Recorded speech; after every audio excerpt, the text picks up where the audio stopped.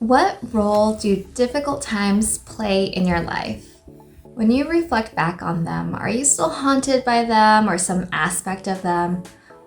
I found that looking back at my past, I'm able to own the narrative and find what's meaningful of the experience to help me grow and to remind me of how I want to live my life.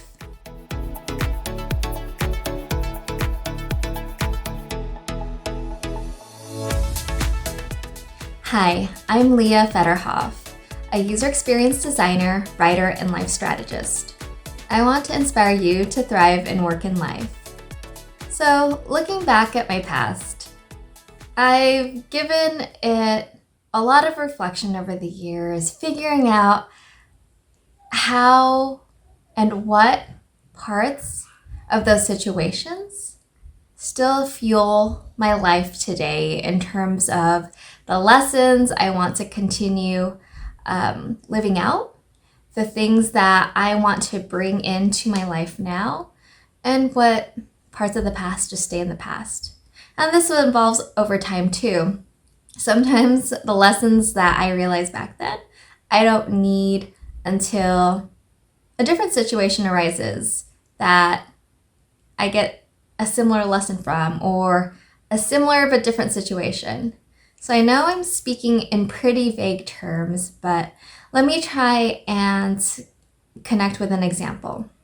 A long time ago, I got out of a toxic relationship, and I've talked about this in several videos now. And it was mostly toxic in an emotional kind of way, one where I felt I stayed too long and just for whatever reason thought that things would get better over time, which they didn't. A few years later, I found myself doing the same thing for a job, staying in the same toxic situation for too long and hoping things would get better. And even when I would vocalize things, right? Like, actually, this is interesting because it happened in both times, both in the personal relationship and at work, is I would articulate what I felt, what I'd like to see do better. I'd see some changes, but they were temporary. And it didn't really stick. And old habits came back, or old patterns. And finally, I would have enough, and then I'd leave, and then I'd wonder why I didn't do it sooner. Now I'm able to recall those emotions faster, or recall that feeling I had of knowing that I would resent it if I stayed too long in that situation and if nothing changed. That's when I would come to that awareness sooner that this isn't going to cut it for me, right? So part of that healing becomes, I think one takeaway is knowing your boundaries and seeing yourself as a whole person, separate from whatever situation you're put in, right? You are not that identity you are in that relationship. You are not the identity you are at work. You're much bigger than that. And what starts to happen is any one of these identities can start to chip away at who you are. And it's easy to get caught up in that and like listening to what that situation is telling you. So what I'm here to remind you is set your boundaries and respect the boundaries of whatever situation you're in. If it's not a good fit, then there must be another way, right? Remove yourself from the situation if you feel like you're not being respected, and fully own your own space and boundaries. If there's something you won't tolerate, don't tolerate it. And don't tolerate it because over time, those boundaries don't hold up as firm, right? Don't let those things crumble. So I think that's my first piece, right? Like, that your idea of a situation, and then even thinking about the past, right, is where were those boundaries, and at what point did those boundaries start to break? Did they get, who's trying to push against them? And how do you catch yourself before it gets to that breaking point? The other thing I've learned is to really listen and give yourself time and space to feel through the emotion. Understand what is causing you that pain or that trauma. What are those fears that are eating you up or are making you scared to make that next move? If you know you're not happy now, and yet you're not taking that next step to get out of that situation, what could that be? And like I said, this also works for, thinking about past situations. What is that thing still holding you back in the past? And how do you allow it to be released? What can be that lesson that you take and make sure it doesn't happen again, or become more intentional the next time you're faced in a similar situation? How are you going to act or take action on this time that you weren't able to last time? How do you get there faster? Or what new thing can you try? So think of it as an opportunity for growth. Finally, the last piece is just going back to authenticity. Really listen for and find that awareness and that inner voice of what feels right to you. When you listen to those needs and you honor them, that is how you're going to live in your best light and in your best life possible. And I can't stress this enough, right? So often we're just running around day to day trying to figure out what is that next best step without really reflecting on those times and spaces where things weren't so great. Or even if you're in that current situation now, what does that feel like at this moment? And can you think about a time in the past where you felt the same way? It could be a completely different situation, but it's still giving you the same feelings, right? Maybe you don't feel brave or vulnerable enough or safe enough to express yourself. Maybe it's that feeling of being helpless. Maybe it's this feeling of fear overtaking or overpowering you.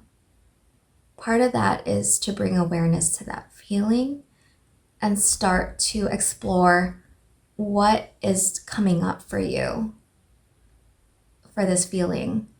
What are those thoughts that you're thinking that you might not be aware of?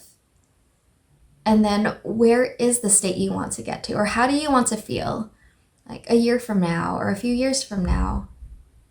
How do you want your life to feel? I can guarantee you it's not whatever those fears or whatever is arising, but it's how you move through that and how you move past that. So really briefly, right, it's revisiting those boundaries. It's cultivating that self-awareness so you find whatever is holding you back and you explore it and you feel through it. And of course, it's being able to fully understand what that growth opportunity is. Because growth doesn't happen in the comfort zone. And any situation that becomes new to you, that is something that you've never been put in before, that is uncomfortable in different ways, is an opportunity for you to realize how resilient you could be, how much more you can become authentic to yourself. You find new boundaries you need to put up or establish or, put back up, right? And you find ways to fully express yourself in ways that you've never been challenged before. So give that some thinking and figure out what it is. Like when you look back in your life, are there those dark moments? Even right now, are there times that or feelings that arise that isn't in line with what you want for your life? And what might be the growth opportunity hiding in that? So November's theme is about gratitude, and this is about practicing gratitude and appreciation for those difficult times, whatever they might be, and however they might come up for you. Because life isn't always going to be positive. But I found if you can reframe that opportunity into something that feeds you, that fuels you, and that you learn from, right? Because you learn from these failures, not that, these life situations, especially ones out of your control, are failures. But what can you do better? Like, where is the room to grow? And how do you become even more of you? So just a few musings and thoughts for today. Good luck in this journey. It's not always easy, but I can assure you, if you can move and work past that and make those parts of your identity shine even brighter, find, that authentic meaning and value in your life of how does this resonate with you even more? How do you attract more of what you want now that you know even more of what you don't want or don't need in your life? How much more clarity can you bring in what the future holds for you? So that's all I have for you today, and good luck, and I wish you a great rest of the week. If you enjoyed this, leave a comment. Let me know what parts of it got you to start reflecting, or what lessons you have been able to pull up from past situations. And if you want to stay connected, follow me on swishie.com and sign up for my newsletter. If you're a woman of color seeking a like-minded community, check out my private Facebook group. Thanks for watching, and I'll see you next time on Swishie.